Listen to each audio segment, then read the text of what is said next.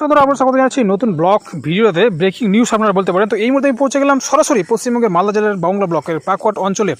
তো আপনারা দেখতে পাচ্ছেন কিছু দোকানপাট পুরো ছাই হয়ে গেছে। তো আমি খবর পেয়ে সেখানে ছুটে গেলাম। তো পৌঁছেই দেখি একবারে 20টা দোকান পুরো ছাই হয়ে গেছে। তো এটা হচ্ছে কালী মন্দিরের একটিক সামনে। তো এখানে স্থানীয় সূত্রে জানা গেল যে দোকানগুলো ছিল সংখ্যার দোকান এবং মিষ্টির দোকান, ঠিক আছে। তো এখানে স্থানীয় সূত্রে আবারও জানা গেল যে এখানে কেউ আগুন লাগায়নি, পাশের গার্বেজ থেকে কিন্তু এই আগুনটা উপর দিকে ছড়িয়ে পড়ে। তো এটা ইকোনমিক কন্ডিশন হতে পারে। আর আজ ছিল সোমবার, সেই জন্য আজ হাট ছিল না। প্রত্যেক সপ্তাহে একদিন করে হাট বটে, সেটা হচ্ছে মঙ্গলবার। ওকে, তো পাকুয়াটে এই প্রথমবার এই আগুনটা লাগলো। তো দেখে খুব একটা মর্মান্তিক ঘটনা বলে আমার মনে হলো, ঠিক আছে।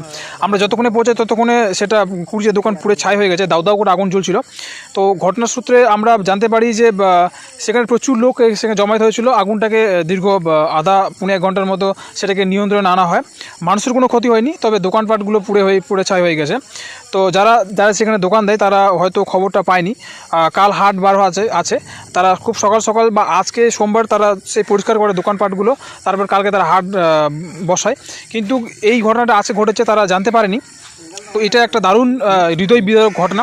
এখানে কয়েকটা বাস পড়ে আছে শুধু, আর মোট 20টা দোকান সেটা পুড়ে ছাই হয়ে গেছে। এটা আপনার রিপাবলিক নিউজে আপনারা দেখতে পাবেন, যেটা অলরেডি পাবলিক হয়ে গেছে, ঠিক আছে। এখানে প্রচুর লোক এখানে দেখতে এসেছিলো, আর সেখানে কেউ ছিল না আমরা যখন যাই। তো আমি লোক দেখতে পাইনি, জাস্ট কয়েকটা দোকান দেখতে পেয়েছিলাম যেগুলো পুড়ে ছাই হয়ে গেছে।